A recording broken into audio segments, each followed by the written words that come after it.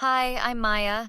I've spent the last 3 years busting my butt at two jobs to keep a roof over my son Noah's head since his dad walked out. Being a single mom at 28 wasn't exactly on my vision board, but Noah makes every exhausting minute worth it. Mommy, can we go to the park before Grandma's dinner? Noah tugged at my sleeve as I frantically tried to finish getting ready. Baby, we're already running late, but I promise we'll go extra long tomorrow, okay? The monthly family dinners at my grandmother's house were non-negotiable. Missing one would trigger an avalanche of concerned calls and visits, especially from my Uncle Richard. You're late. Again. Richard stood in the doorway, arms crossed when we finally arrived. His perpetual disappointment face hadn't changed since I was a kid. Traffic was backed up on Main Street. I tried keeping my voice light as Noah hid behind my legs. Excuses. Your grandmother's been waiting. Some respect would be nice. I bit my tongue as we walked in. My Aunt Cynthia gave me a sympathetic smile from the kitchen doorway. Let me help with those potatoes, she whispered, taking the dish from my hands. Don't mind him. He's been on edge all day. When isn't he? I forced a laugh. Maya, honey, my grandmother called from her chair. Bring that sweet boy over here. As dinner progressed, Richard dominated the conversation as usual, mostly criticizing my parenting.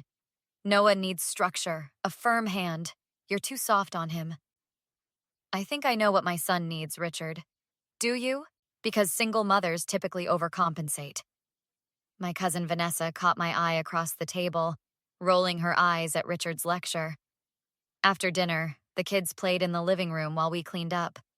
I could hear Noah's excited voice as he showed his toys to his second cousins. My mom got me this truck for my birthday. I smiled to myself until Richard's voice cut through the chatter. What did you just say, boy? The room went silent. I moved toward the doorway, dish rag still in hand. I showed them my truck. No, what did you call Maya? Noah's little face scrunched in confusion. My mom? What happened next plays in slow motion whenever I remember it. Richard grabbed Noah's arm, yanking him up. She's not your mother. A mother raises her child properly, not pawns them off on family while she works dead-end jobs. Let him go! I lunged forward as Richard's hand came down on Noah's backside with a crack. Someone needs to teach him respect. Mom! Noah cried out, reaching for me. Richard struck him again.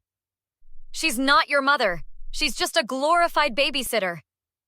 I grabbed Noah, pulling him behind me. Don't you ever touch my son again. Your son. You aren't worthy of the title. You're nothing but a failure who couldn't keep her husband or raise a child properly. Vanessa appeared in the doorway, eyes wide. What's going on? Richard just hit my son for calling me mom, I said, voice shaking with rage. He needs discipline, Richard sneered. Something you clearly don't provide. I gathered Noah's things, my hands trembling. We're leaving. Now.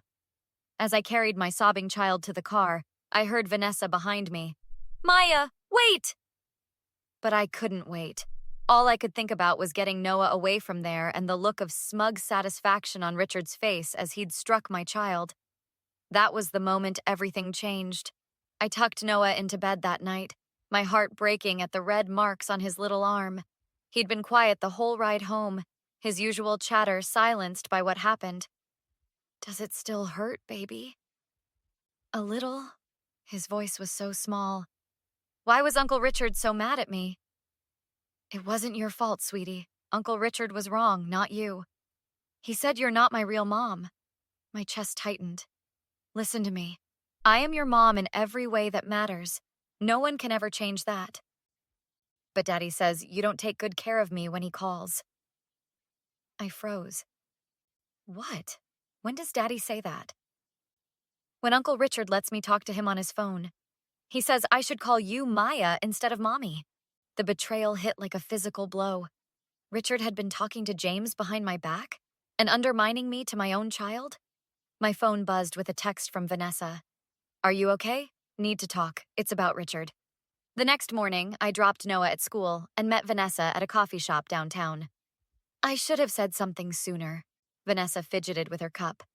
Richard's been doing this for years, controlling everyone, deciding who deserves what in the family. What do you mean? Grandma Elaine's will. He's convinced her to change it 3 times in the last year. Anyone who crosses him gets cut out. That's why she's been so isolated lately? I thought her health was declining. It's him. He screens her calls, decides who visits. Did you know he's got power of attorney now? I thought about how rarely I'd seen my grandmother alone lately. Richard was always hovering. There's more. Vanessa leaned closer. Remember Cousin Teresa? How she suddenly stopped coming to family events? Richard told everyone she was stealing from Grandma, but I found out he made it up after she questioned him about Grandma's accounts. Why would no one stand up to him? Fear. Look what he did to your kid just for calling you Mom. Imagine what he'd do if someone really challenged him. That afternoon, I called my divorce lawyer. I need to document an incident of physical discipline by a family member. My ex-husband may be involved. Bring everything you have: photographs, dates, names of witnesses. I started a journal that night, writing down every incident with Richard I could remember. The controlling comments, the criticisms, the way he'd isolated my grandmother. 2 weeks later, we had another family dinner. I'd considered skipping it, but knew that would only give Richard ammunition. The tension was suffocating as we arrived. Noah clung to my side. "There's my big boy," Richard approached with arms open. "Come give your uncle a hug." Noah shrank back. "No, thank you." Richard's face darkened. "That's not very polite. Did your mother teach you to disrespect your elders?" "Leave him alone, Richard." I stepped between them. "You've been poisoning him against me, haven't you?" His voice rose. "This is exactly why you're unfit to raise him." "Lower your voice," Grandma Elaine called from her chair. "What's all this shouting?" Richard immediately switched to his concerned nephew voice. "Nothing to worry about, Grandma. Just a parenting disagreement." "I think Maya knows what's best for her own child," Elaine said, surprising everyone. Richard's eyes narrowed. "Actually, I've been meaning to talk to everyone about Maya's situation. I've spoken with James, and he's concerned about Noah's care. In fact, he's considering seeking full custody." The room went silent. My hands began to shake as I realized how far Richard was willing to go. "That's a lie," I said, as everyone stared at me after Richard's custody threat. "James hasn't even seen Noah in over a year." Later that night, I paced across Vanessa's living room. "He's trying to take my son. We need to stop him." Vanessa grabbed her laptop.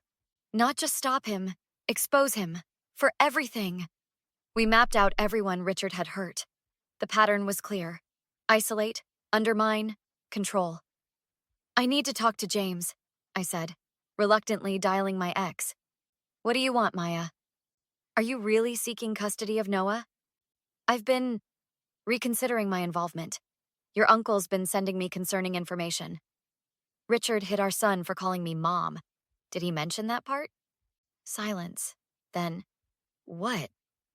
By the time we hung up, James was furious at being manipulated and agreed to help. My next stop was Grandma Elaine's house when Richard was at work. "Grandma, Richard has been lying to everyone, including you." I showed her photos of Noah's bruises and the evidence we'd gathered. "He hit that sweet child?" Tears filled her eyes. "Control. The same reason he's isolated you. When's the last time Aunt Patricia visited?" "Richard said she's too busy." "Did you know he's changed your will 3 times? Or that he screens your calls?" Elaine's hands trembled. "I trusted him." "I need your help to stop him." The next day, I called Richard. "I've been thinking about what you said. Maybe we should talk about Noah's future, privately." Finally seeing reason. "Come by my office tomorrow." I arrived with 2 recording devices, one visible, one hidden. "I'm recording this conversation, just so we're clear." Richard laughed. "Fine. I have nothing to hide. Let's start with why you hit my son. Discipline isn't abuse. Someone needs to teach him respect. This isn't about my parenting. It's about your need to control everything." His expression hardened. "I've done everything for this family, including protecting your grandmother's assets from vultures like you. Is that why you've been transferring her money to accounts only you can access?" His face went white. Who told you that? Grandma Elaine showed me the statements. $30,000 moved last month alone. That money is for family investments. She agreed to it. Really? That's not what she or her new lawyer says. Richard stood, knocking over his chair. You think you're so clever. You've always been a problem. This family would be better off without you. Is that a threat? It's reality. By the time I'm done, you'll never see Noah again. James will have custody. Grandma will see you for the gold digger you are. I smiled and pulled out my phone. Perfect. That's exactly what I needed. What are you doing? Sending this recording to everyone in the family and to the police. The look on his face was worth everything. You wouldn't dare. Watch me.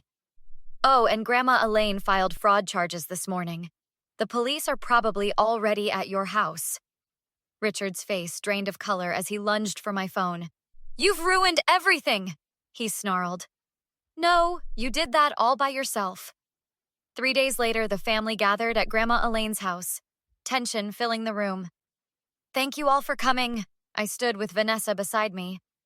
I know this isn't easy. Where's Richard? Uncle George demanded. Still in custody. The fraud charges were enough to deny bail. I played the recording, watching faces shift from disbelief to horror as Richard's threats echoed through the room. There's more. I distributed bank statements showing transfers from Grandma Elaine's accounts. He stole over $200,000 in the past year alone. Aunt Cynthia sat with her head down. I didn't know about the money. I swear. But you knew about the rest, Vanessa said quietly. He has a temper. I thought I could manage it.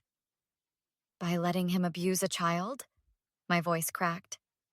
I was afraid, Cynthia whispered. You don't know what he's like behind closed doors.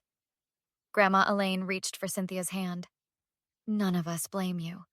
We all failed each other by letting Richard divide us. Uncle George cleared his throat. I should have stepped in when he hit Noah. I heard about it and did nothing. One by one, family members admitted their complicity. The times they'd looked away, made excuses, chosen peace over confrontation. The DA is pressing charges for elder abuse, financial exploitation, and child abuse, I explained. I'll testify, Cynthia said firmly, and I'm filing for divorce tomorrow. 2 weeks later, Richard pleaded guilty. The judge wasn't lenient. 5 years for financial crimes, 3 for child abuse, and a permanent restraining order protecting Noah and me. James showed up at my apartment afterward, awkwardly holding a stuffed dinosaur. I should have been here. For Noah. For you. Yes, you should have. Can I see him? Just to apologize? When Noah saw his father, he hid behind my legs. Hey, buddy. James knelt down. I'm sorry I haven't been around, and I'm sorry I let Uncle Richard say bad things about your mom. She's the best mom in the world. 6 months later, we held a family reunion at Grandma Elaine's house. The first one without Richard's shadow. The laughter was genuine, the bonds stronger. Mom, watch me! Noah called from the yard where he was showing his cousins a cartwheel. I caught Grandma Elaine's eye across the patio, and she smiled, raising her lemonade in a toast. To family, she said. The real kind. To standing up for what's right, Vanessa added. To my mom, Noah said, wrapping his arms around my waist. The best mom ever. No one flinched. No one corrected him, and the only sound was the pleasant chatter of a family finally healing. At what point should family loyalty end when someone is abusive? Many in Maya's family stayed silent when Richard was controlling and abusive toward her and Noah. Was Maya right to expose him completely? Or should family matters stay private regardless of how toxic they become? Share your thoughts in the comments below. Have you ever had to stand up to a toxic family member or witnessed others enabling harmful behavior? If you enjoyed this story, please hit that like button and subscribe for more content like this. Your support helps our channel grow, and I'd love to hear your experiences and perspectives.